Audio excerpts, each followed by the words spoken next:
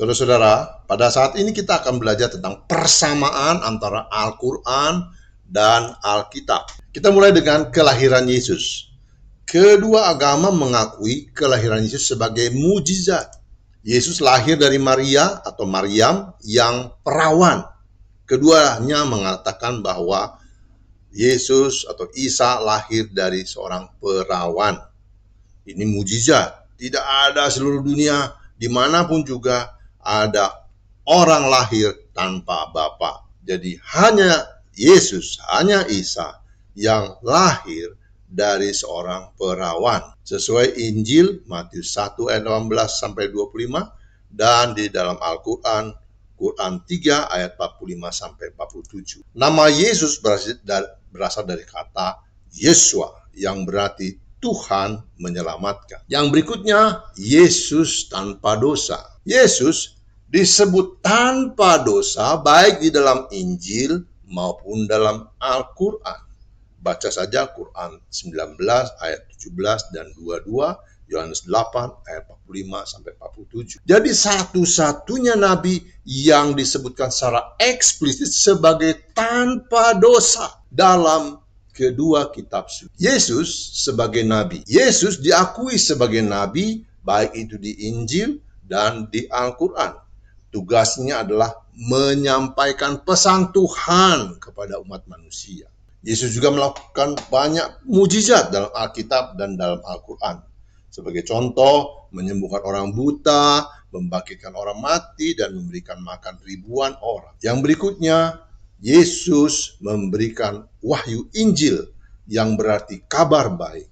Injil disebut dalam Al-Quran sebanyak 12 kali.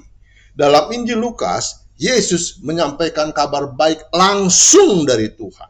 Jadi bukan melalui perantaran malaikat Jibril atau melalui siapapun.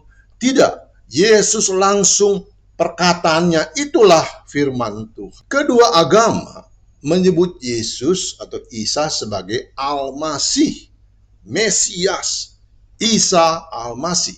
Dalam Alkitab, Yesus adalah Raja dan Gembala umat. Dalam Al-Quran, Yesus memiliki kedekatan khusus dengan Allah, meskipun makna Al-Masih tidak dijelaskan secara rinci. Yesus dikenal dan disembah. Ada orang Majus pada waktu Yesus masih bayi, ada murid-muridnya, dan orang yang disembuhkan menyembah Yesus. Kita baca di Matius 2 ayat 11, Matius 14 ayat 33, Yohanes 9 ayat 38. Dan yang menarik dan diperhatikan adalah bahwa Yesus tidak menolak penyembahan itu. Ini menandakan bahwa ia menerima persembahan atau sembah-sembah orang terhadap dirinya. Berarti siapakah dia? Dia adalah orang yang layak disembah. Namun, di pihak lain, Yesus juga menegaskan bahwa hanya Tuhan yang layak disembah. Matius 4 ayat 10. Jadi, kalau dia dibolehkan untuk menyembah dia, tetapi dia juga katakan yang disembah hanya Tuhan, berarti siapa dia? Yang berikutnya adalah Yesus sebagai pengajar hebat. Baik Islam dan Kristen mengakui Yesus sebagai guru bijaksana. Dalam Al-Quran, Yesus disebut pemberi wahyu dan pengajaran.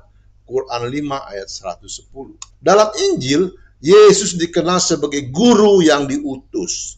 Baca Yohanes 3 ayat 2. Bagaimanakah metode pengajaran Yesus? Yesus menggunakan perumpamaan untuk mengajarkan pelajaran moral dan spiritual.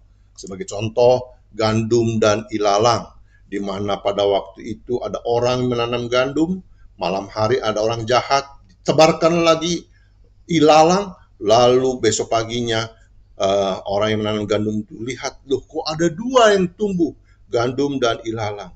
Lalu dia berpikir mau diambil ilalangnya, ya supaya gandumnya bertumbuh. Tapi pikir dia, sudahlah, biarkan saja tumbuh dulu dua-duanya. Nanti ketika gandumnya panen, baru gandumnya yang dipilih, ilalangnya dibiarkan.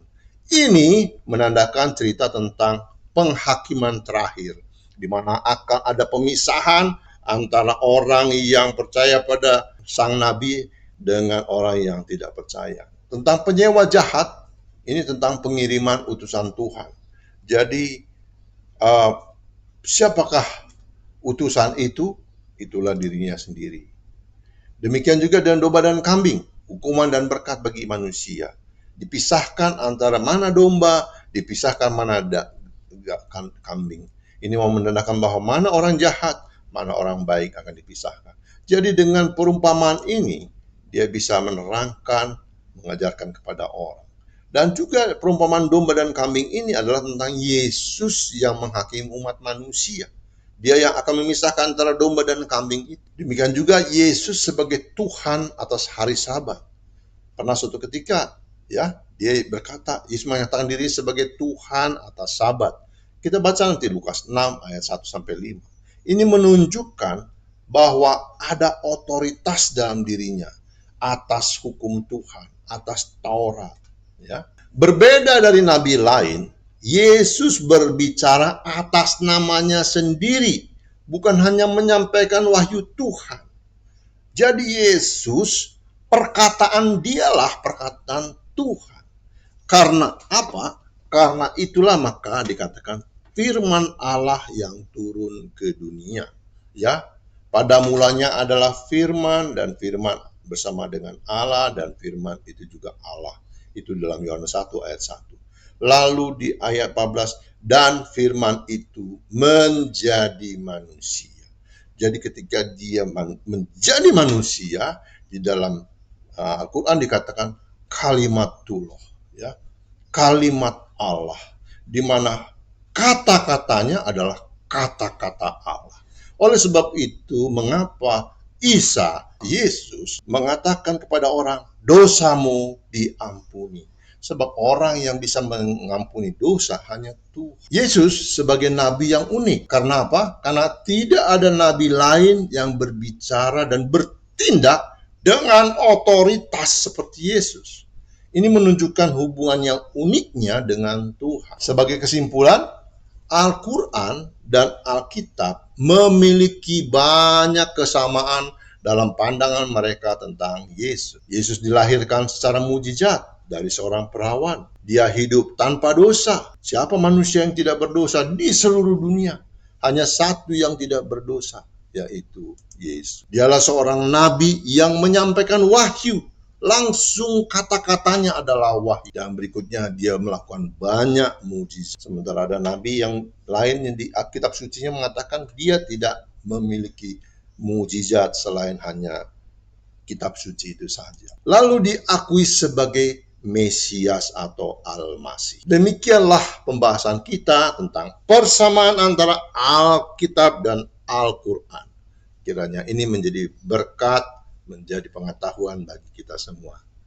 Terima kasih.